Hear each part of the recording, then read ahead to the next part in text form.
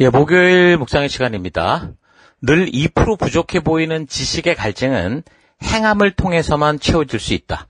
늘 2% 부족해 보이는 지식의 갈증은 행함을 통해서만 채워질 수 있다. 이런 제목으로 또 오늘 묵상 함께 하겠습니다.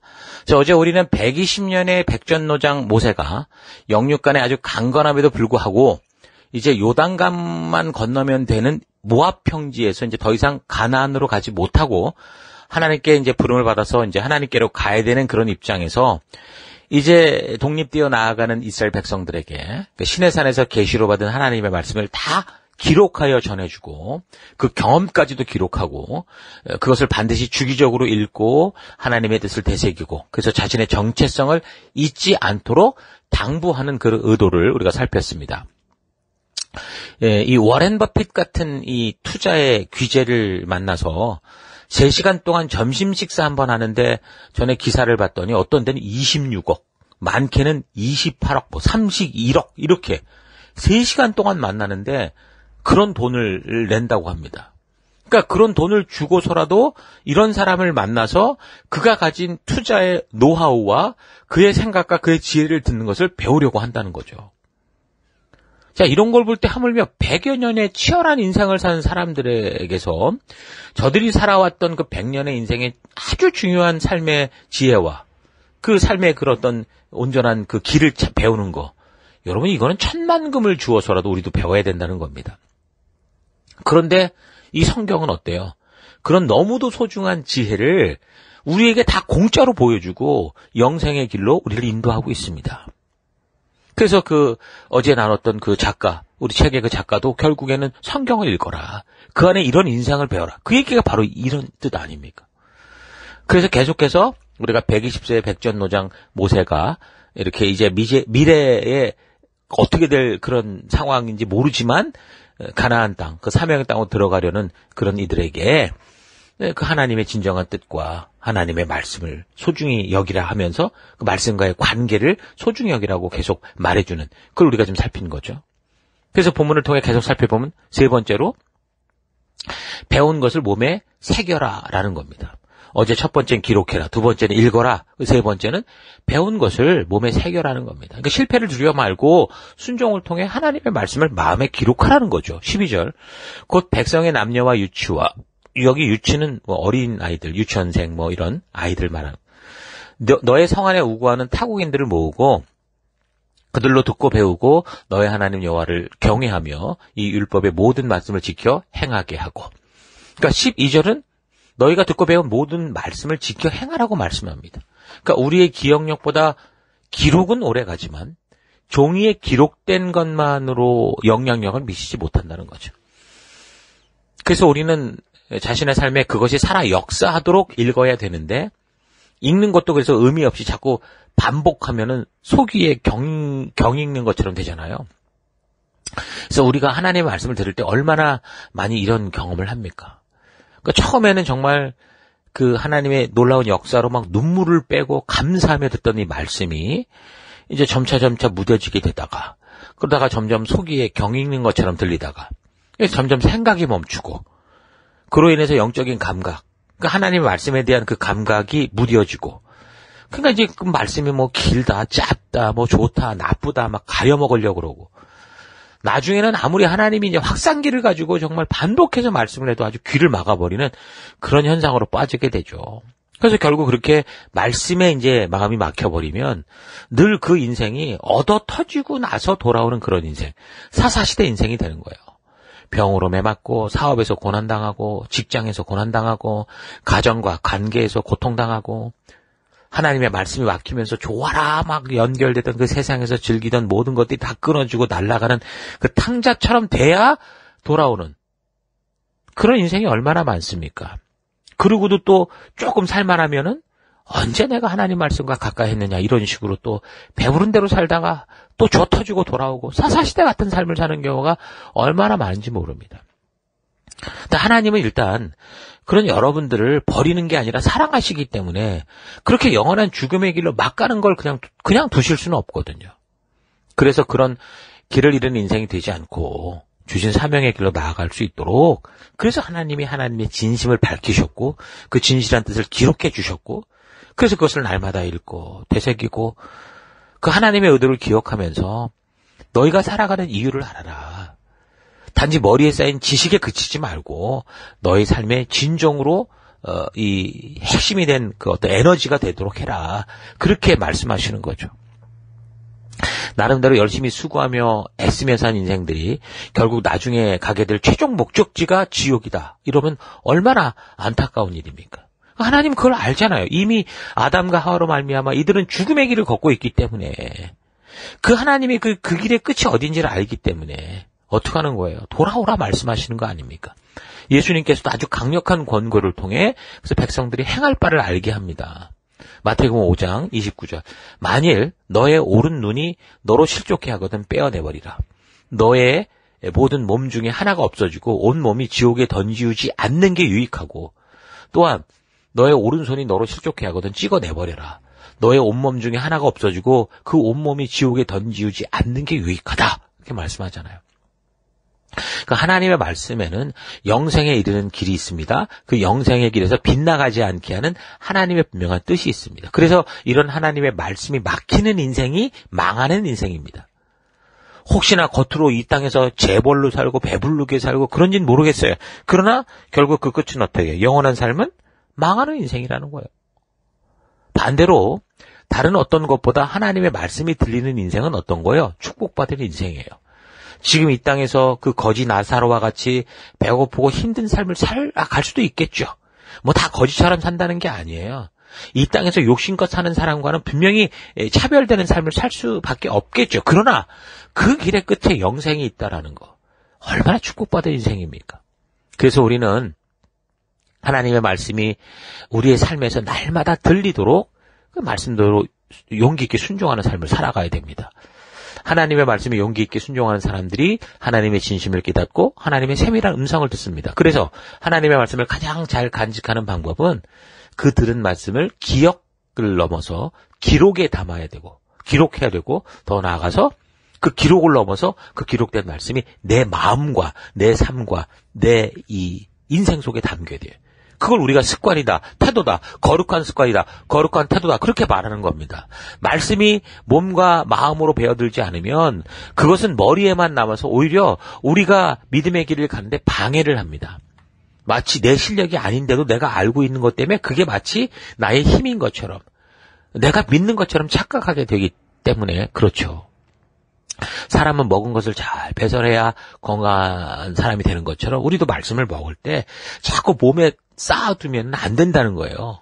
쌓아두는 게 아니라 삶으로 실천해서 배설해서 흘러가게 해서 우리의 영혼을 건강하게 만들어야 됩니다. 그러니까 이 말씀이라는 건요.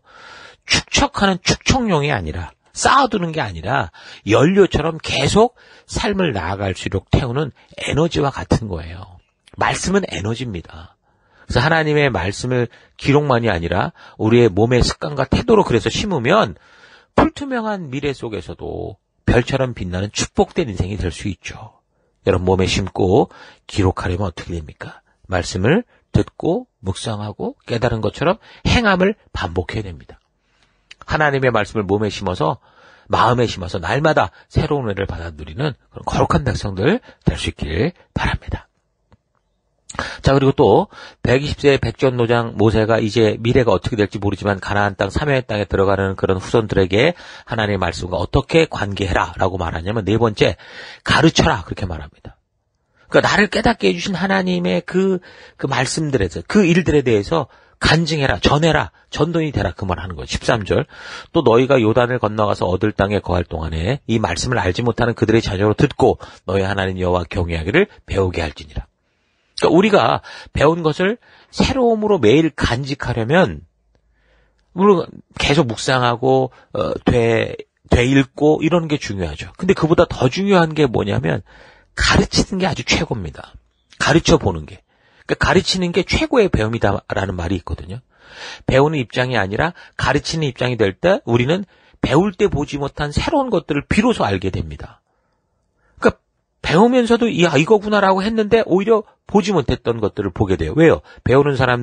나로부터 배우는 사람들이 생각지도 못한, 나는 생각도 못한 새로운 각도에서 질문을 하고, 또 새로운 저들의 그 다양한 삶을 배경으로 정말 아주 다양한 각도에서 그런 것들을 질문하고 그 이해한 얘기를 들을 때 비로소 우리는 우리가 아는 것에 대해서 더 바르고 온전하게 알게 되는 거죠.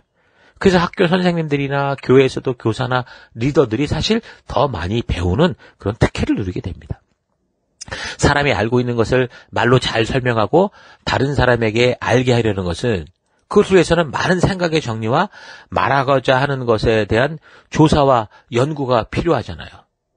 그렇기 때문에 그런 과정이 바로 사람을 성숙하게 하고 또한 아는 것을 머리에서 몸과 마음으로 옮기게 되는 겁니다. 그래서 지체들과 1대1을 인도하다 보면 더 많은 혜택을 누려요. 그래, 바로 이거였지. 그래, 이게 정말 중요한 거였어. 꼭 읽지 말자. 밑줄 쫙. 응? 학원에도 뭐 밑줄 쫙이라는 게 왜? 그 교사도 자주 해보니까 이거 너무 중요하다는 걸 아니까 그렇게 하라는 거 아니에요. 가르치다 보니까 알게 된 거 아닙니까? 그래서 자주 읽게 되는 것들도 다시 되새기고 또 되새기고. 그러니까 항상 초심으로 돌아가고. 그러다 보니까 그게 나의 실력이 되고 내 삶의 결단이 되고 내 습관이 되고 내 태도가 되고 나를 변화시키는 힘이 되는 거죠. 우리는 누군가를 가르치는 것에 대해서 늘 겸손하고 조심하고 준비된 삶을 살아야 되지만 그러나 그것이 두려워서 멈춰서는 안 됩니다.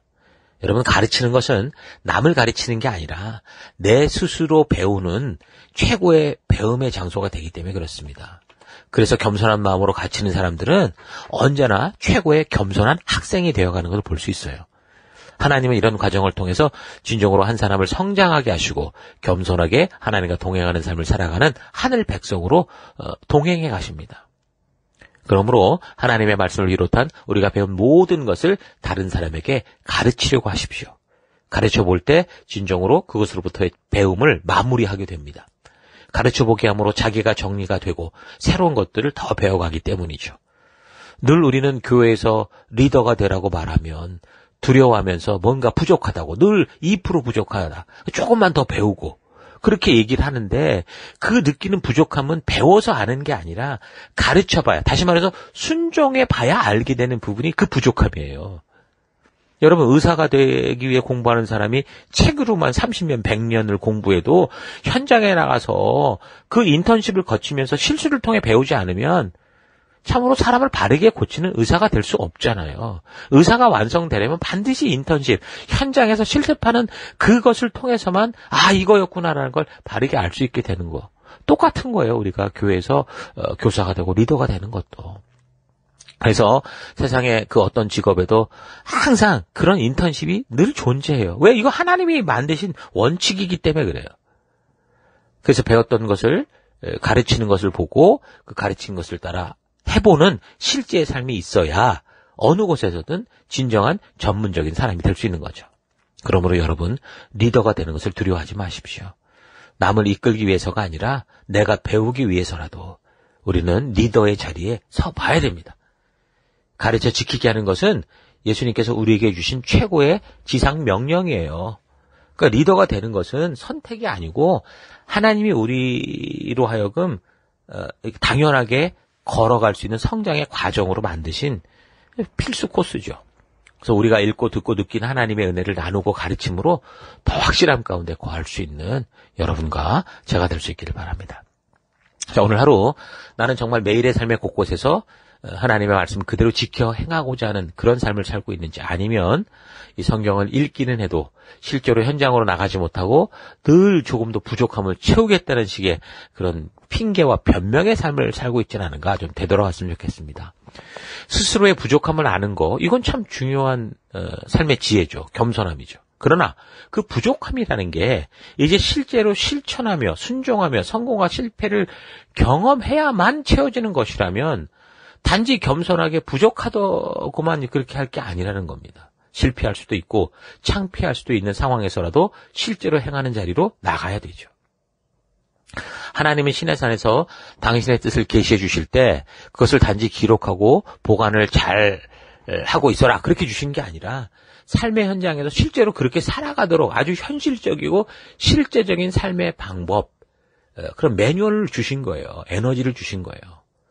이 성경은 그래서 단지 목사에게만 준 게 아니라 여호와의 법궤를 운반하는 레위 자손의 제사장들과 이스라엘 모든 지도자들에게 주신 거죠. 또한 성전에 보관되는 보관용으로 준 게 아니라 삶의 현장에서 사용될 에너지로 주신 겁니다. 그리고 이 말씀이 적용돼야 되는 사람들은 단지 목회자나 리더뿐만이 아니라 이 하나님의 뜻을 알지 못하는 그 누구에게든 가르쳐 행하도록 적용이 되는 겁니다. 그래서 어린아이를 교육하라 하시고 다음 세대를 교육하라 하시고 심지어 한 공동체 그 사회 속에서는 외국인들도 불러 모아서 가르치고 행하도록 하라 그렇게 말씀하잖아요. 우리가 호주라는 나라에 살 때 단지 호주 시민권을 가진 사람들만 모든 법을 알고 이곳에서 함께 여러 가지 거주 비자를 가지고 살아가는 사람들에게는 가르치지 않는다면 당장 교통법 같은 경우도 한국과 이것이 완전히 반대인데 이제 단지 그 호주인들에게만 이 교통법을 시민권자들에게만 가르친다면 아무리 호주 시민권을 가진 사람들이 열심히 법을 지켜도 이 법을 알지 못하는 사람들이 자기 생각대로 습관대로 운전하고 다니다가 결국 모두 다 함께 다치고 죽는 일이 생기잖아요. 그러니까 하나님의 법도 이와 같은 거예요.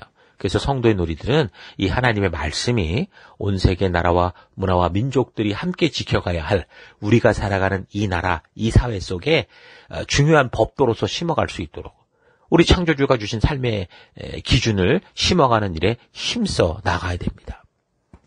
그래서 내가 살아가는 각자의 삶의 터에서 하나님의 말씀이 기준이 되게 사는 삶. 이게 중요한 거예요. 바로 이것을 실천하는 삶. 이걸 실천하지 않으니까 우리 늘 2% 부족한, 뭔가 부족한, 아직 나가면 안 될 것 같은 그런 착각 속에 빠지는 겁니다. 여러분 순종함으로. 이 2% 부족해 보이는 이 지식의 갈증은 내가 순종할 때 태워진다라는 걸 잊지 마시고 오늘 하루 그렇게 순종의 길로 나아가는 여러분 될 수 있기를 주의 이름으로 축원합니다. 오늘 하루도 힘내십시오. 잠시 기도하겠습니다. 하나님께서는 성도들의 삶의 매뉴얼, 모든 피조물의 삶의 매뉴얼로 성경을 주셨는데 단지 이 성경은 교회당에서만 사용하는 것으로 생각하고 내 삶의 현장에서는 전혀 필요한 것처럼 생각하고 살아온 것을 회개합니다. 내가 살아가는 삶의 현장 매뉴얼인 이 성경 말씀을 단지 기록 보관용으로 착각하지 않고 실제 삶의 현장에서 이 말씀이 주도하고 인도하는 가치를 따라 살아가는 내가 되기 원합니다. 한 공동체의 법은 일부만 지켜서는 안 되고 모두가 함께 지켜가야 된다라는 거 잊지 않고 우리 하나님의 말씀이 온 피조 세상의 삶의 영원한 기준이 되도록 하는 그런 사명의 삶에서 내가 성실히 나아가기 원합니다. 늘 2% 부족해 보이는 그 부족함은 순종으로만 채워질 수 있다는 거 잊지 않고 이 하루를 성실하게 살아가는 내가 되기를 간절히 바라옵고 예수님 이름으로 기도했습니다. 아멘.